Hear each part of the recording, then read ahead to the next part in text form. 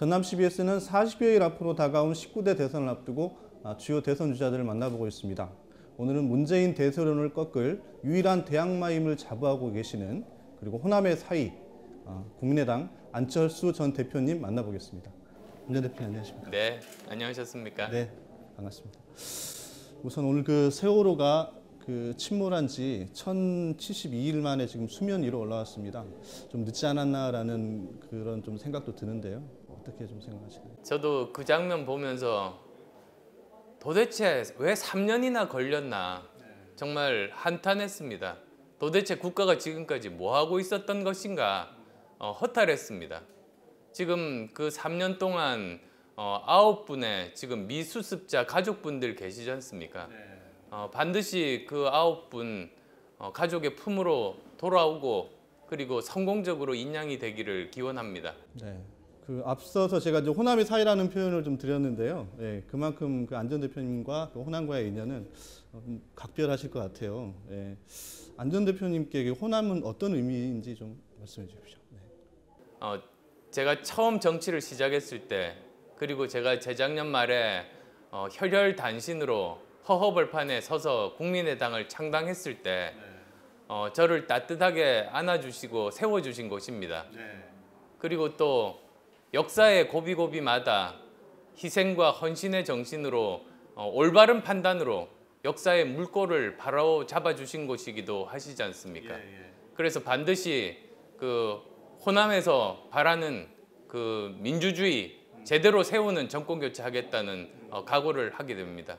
그런 호남이 이번 대선을 통해서 뭘 바라고 있다고 보시나요? 정권 교체를 통해서 네.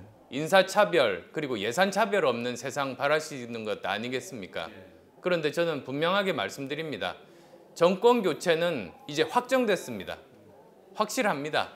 그래서 더 이상 염려하실 필요가 없습니다. 그래서 이번에는 국민의당 후보냐 아니면 민주당 후보에 의한 정권 교체냐 그 선택만 남아 계신 겁니다.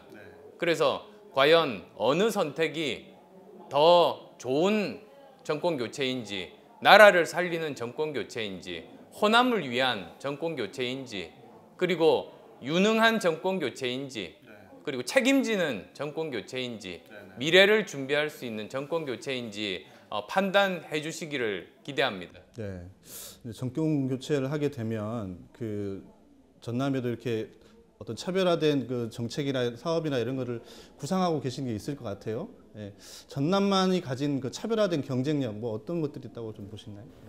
예, 오늘 오전에 사실은 김대중 노벨 평화상 기념관에서 제가 광주 전남 공약을 발표를 했습니다. 제일 중요한 것은 지금 4차 산업혁명 시대입니다. 앞으로 20년 우리나라가 먹고 살 미래 먹거리가 필요합니다. 그런데 광주 전남에는 그 기반들이 훌륭한 기반들이 있습니다. 이 기반들을 잘 살리면 광주 전남뿐만 아니라 우리나라가 전체 20년 먹고 살 수 있는 굉장히 좋은 산업들을 발전시킬 수 있다고 봅니다.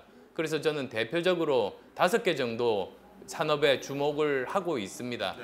우선 첫 번째로는 지금 현재 미래자동차 산업 굉장히 유망하지 않습니까? 그리고 또 고흥을 비롯해서 항공우주 산업에 그 기반이 지금 있습니다. 그리고 또 지금 한전이 나주에 와 있습니다. 그래서 신에너지 산업도 지금 굉장히 유망한 그런 산업들입니다. 그래서 이러한 산업들을 통틀어서 이것은 단순히 지역에 있는 산업뿐만 아니라 우리 대한민국 전체 20년 미래 먹거리 산업으로 국책 과제로 저는 추진해야 된다고 봅니다. 예. 안 전 대표님께서는 국민의당으로의 정권 교체가 다른 어떤 당보다 더 좋은 정권 교체다 이렇게 주장을 하고 계시는데요. 어떤 면에서 좀 그렇다는 주장이신가요?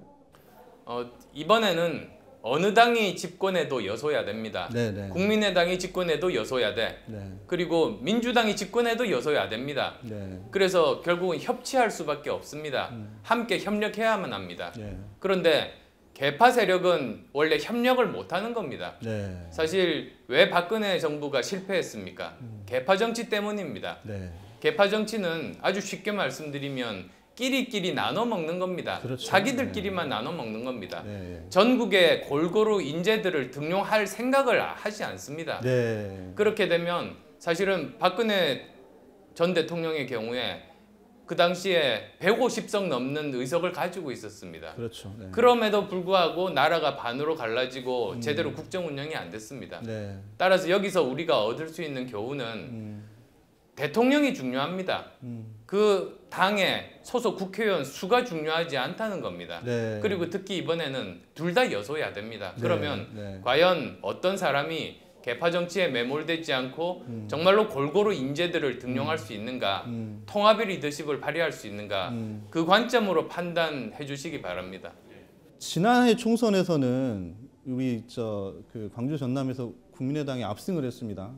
그만큼 이 국민의당에 대한 호남민의 기대가 컸다는 것을 반영할 것이라고 볼 수 있는데, 근데 최근에는 그 더불어민주당이 좀 밀리는 그런 모양새를 보이고 있는데요. 이렇게 된 원인이 좀 어디 있다고 판단하고 계시나요? 예, 제가 부족한 탓입니다. 그렇지만 처음 저희가 총선에서 승리했을 때 정권 차원에서 안철수 죽이기가 진행이 됐습니다. 그 당시에 이제 그 정권에서 한 달 정도를 계좌 추적을 했습니다. 그러면서 아무도 돈을 받은 것이 없었다는 그 사실만 확인했음에도 불구하고 언론에 리베이트라고 거짓으로 누명을 씌워서 결국은 고발까지 했던 겁니다. 그때 저는 변명하지 않고 당을 살리기 위해서 책임지고 대표를 내려놓고 오랜 동안 정말 인고의 세월을 보냈습니다. 그러셨죠. 근데 결국은 이번 1월 달에 7명 전원에 대해서 모든 혐의에 대해서 100% 무죄가 나오지 않았습니까? 그래서 이런 부분들 정말 책임질 때 책임지고 변명하지 않고 참고 인내했던 그런 부분들 이제는 다시 평가해 주시리라고 믿습니다. 네.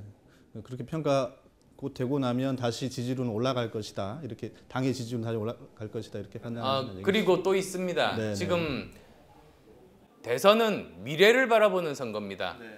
그래서 이제 본격적으로 4월 달이 돼서 각 당의 이제 후보가 확정이 되게 되면 과연 누가 미래의 문제를 해결할 수 있을 것인가? 거기에 모든 관심이 집중되게 되고 그 기준으로 평가되게 될 겁니다. 그리고 특히 여소야대 국면이기 때문에 누가 더 통합의 리더십을 잘 발휘할 수 있고 계파에 매몰되지 않을 수 있는가를 또 판단하실 겁니다. 그렇게 되면 저는 승리할 자신이 있습니다. 예. 그 이제 아까도 저 말씀을 좀 해주신 게 그 요즘 계속 강조하고 계시는 게 지금 결국에는 문재인과 안철수의 대결이 될 것이다. 예, 이 부분을 계속 강조를 하고 계시는데 한 40여일밖에 안 남았습니다. 필승 전략이 있으실까요? 예, 제가 이번 대선은 저 안철수와 문재인이 대결이 될 것이라고 1월 초에 이야기했습니다. 그 당시는 사실 저는 확신이 있었는데 주위에 아무도 믿는 사람이 없었습니다만 점점 이제 이렇게 만들어져 가고 있구나를 이제 많은 분들이 지금 느끼고 계십니다. 저는 그런데 여러 가지 미래 예측을 하는데 저는 거의 다 맞았습니다. 예를 들면 작년 초에 그랬습니다. 유승민 의원이 이제 새누리당에서 나올 거라고 이야기를 한 적이 있습니다. 그리고 또 지난 총선 때 예상 의석수가 35에서 40석 정도 될 거라고 또 이야기했을 때 또 많은 분들이 안 믿었습니다. 반기문 전 총장께서 설 지나서 그만두실 거라는 이야기를 했을 때 또 사람들이 믿지를 않았습니다. 그리고 또 2월 10일 정도일 겁니다. 그때 그 JTBC 뉴스룸에 나가서 손석희 앵커와 인터뷰를 한 적이 있습니다. 그때 손 앵커가 저한테 그 각본에도 없는 질문을 던졌습니다. 그러니까 반 총장께서 그 설 전에 설 지나서 그만둘 거라는 예언이 맞았는데 다시 한 번 더 예언해 보시라면서 황 총리 출마할 것 같느냐고 저한테 물어봤던 겁니다. 그게 이제 2월 초였습니다. 그래서 저는 황 총리 출마하지 않을 거다라고 또 예언을 했는데 그것도 맞았습니다. 그래서 지금 이제 제가 여러 가지 미래 예상을 한 중에서 아직 결과가 안 나온 유일한 것이 바로 이제 저 안철수와 문재인의 대결이 이번 대선이 될 거고 제가 이길 거라는 그 예언만 지금 남아 있는 셈인데요.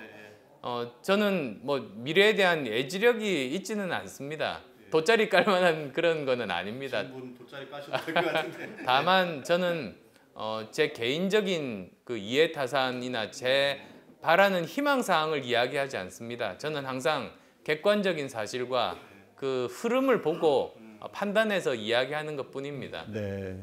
마지막으로 그 전남 도민에게 호남의 꿈을 이뤄줄 내가 가장 적임자다. 예. 강조해 주신다면요.